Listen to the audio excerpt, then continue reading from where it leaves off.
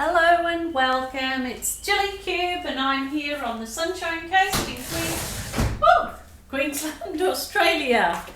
Coming to you with a pour on this 60 by 30 canvas.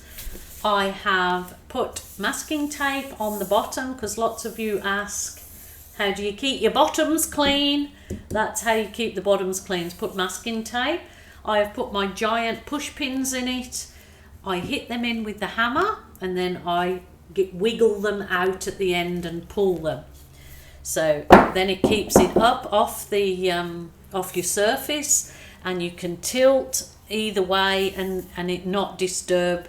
The push pins stay put when you place it back down. Lots of people have asked me why I prefer the push pins over stands, and that is exactly why.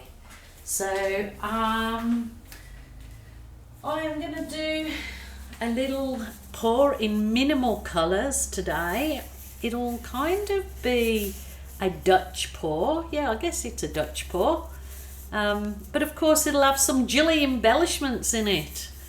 You know, can't just leave it.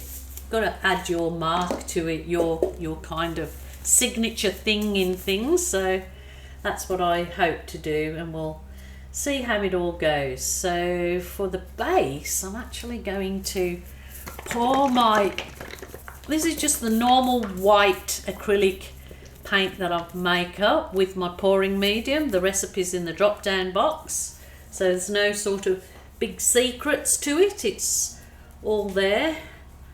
I'm going to, this probably looks a little bit thick for a Dutch pour for sure, but I'll see how we go.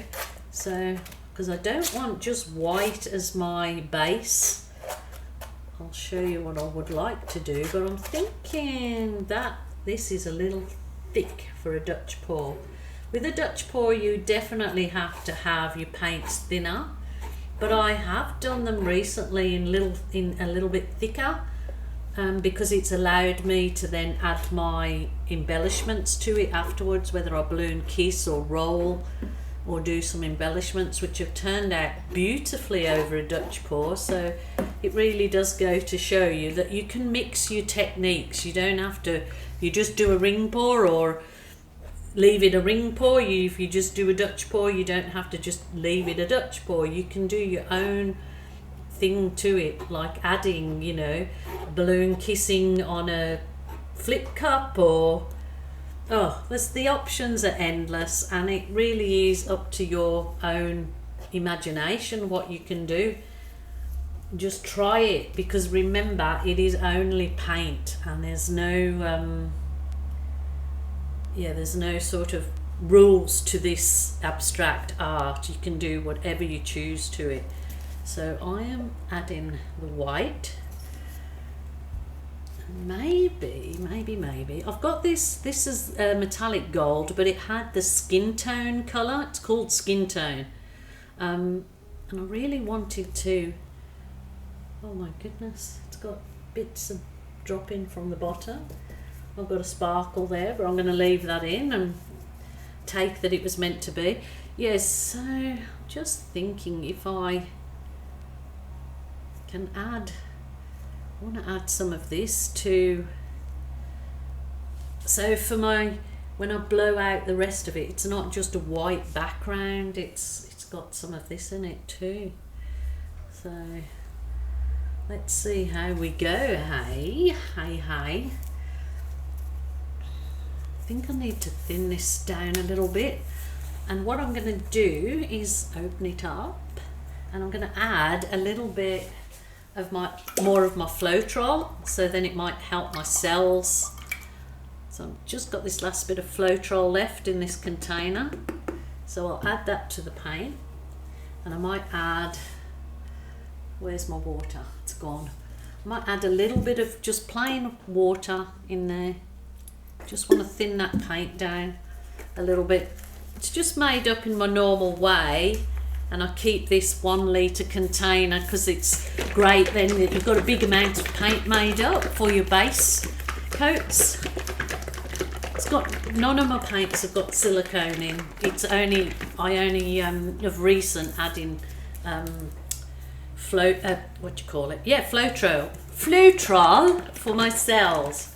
Well, I had a really nice surprise the other day because my husband went to Bunnings, and so now each time he goes to Bunnings, he comes home with, let me show you.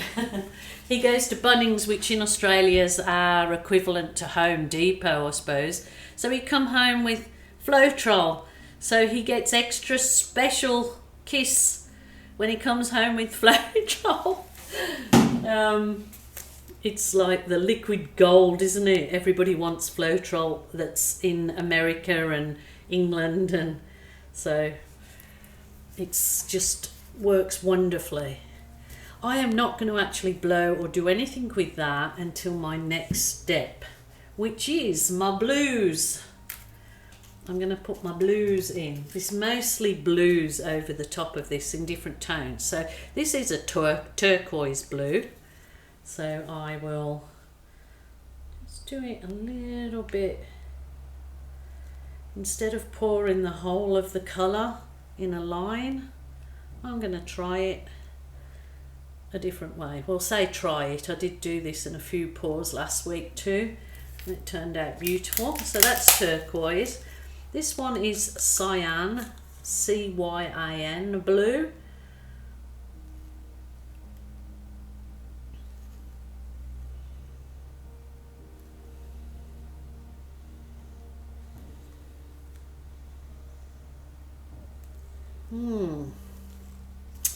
And then this was from some old stock that I had.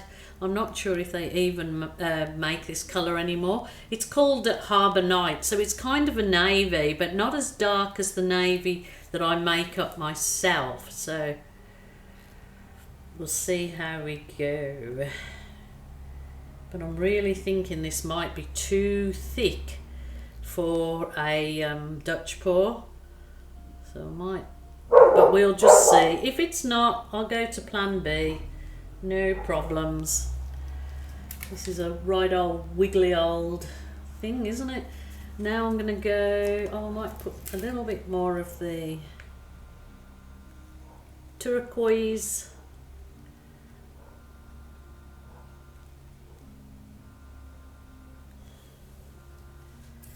And then I've just got a bit of the phthalo blue left in this container, so I might wiggle this through.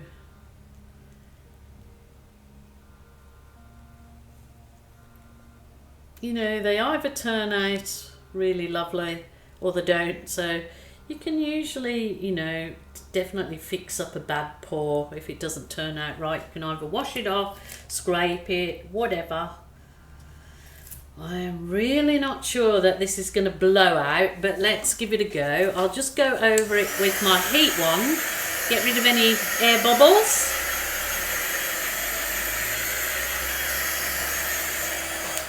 Really, come on, let's do this thing. Let's see.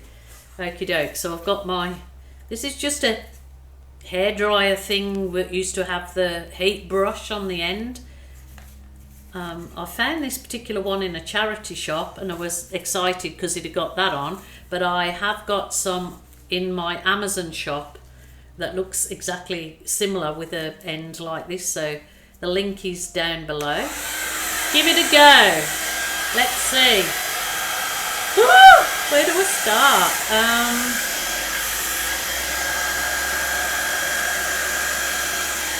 Let's blow this gold about first. Hey.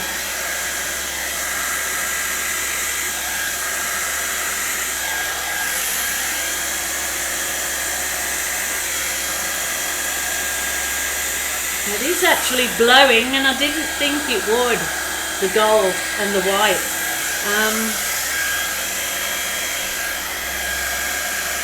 Just try and think about it a bit and slow yourself down. It's quite easy to get carried away when you're doing a Dutch pour and do it really quickly and not think about it.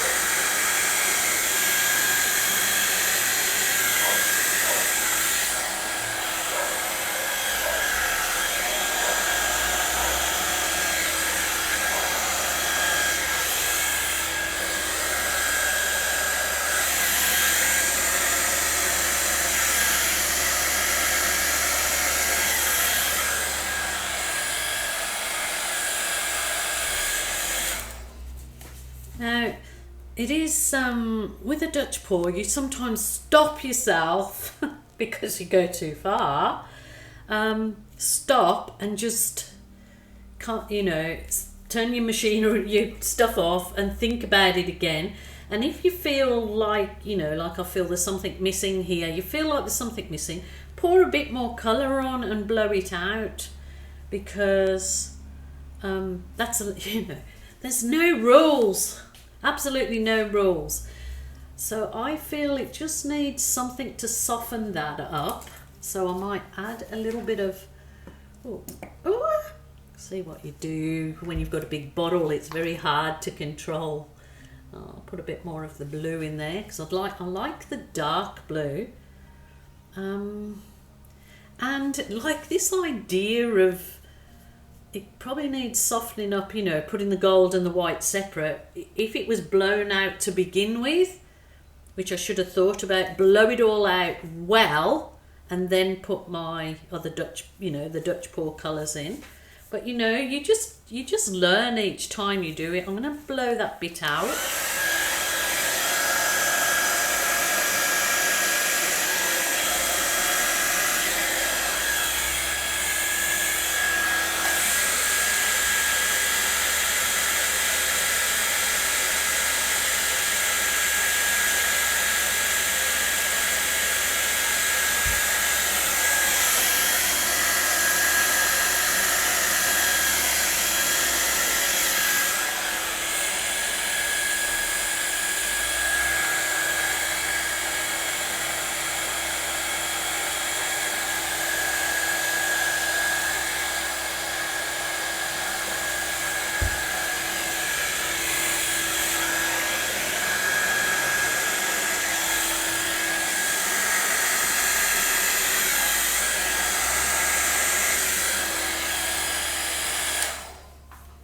Wow, wow, wow. I love it. I don't know what happened there. It needs a bit of something in there. I love it. It's not like a traditional kind of Dutch poorish look, but the thing is it's mine and it can't be mistaken for, anybody else's. Remember, it doesn't have to be the same as the YouTubers that are, you don't try not to aim for the same look, make it yours. That's what I believe. Just a go.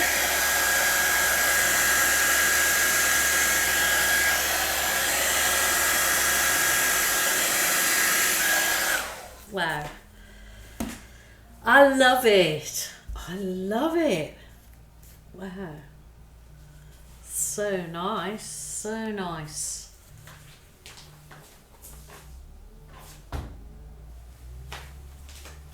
Okie doke, I had to stop there because my phone was going crazy and I thought if it's one of my children emergency, because my son just kept ringing and ringing.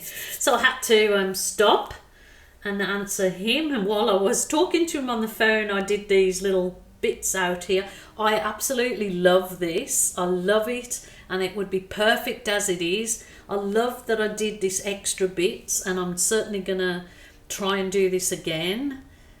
Just a different composition because I've kind of filled up all the canvas, but it looks quite striking. I am going to do some, not kisses I don't think, just some rolls, because I just think it just adds a bit of oomph every now and again, because I did this on a few pours, a few Dutch pours that I've done, just to sort of add some kind of movement in there.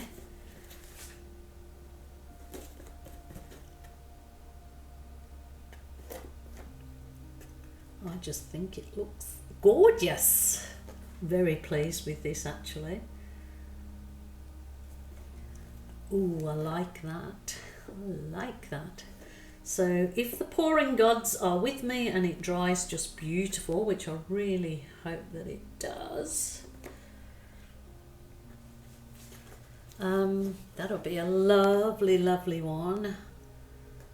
So let me know what you think. Wait on for the photos.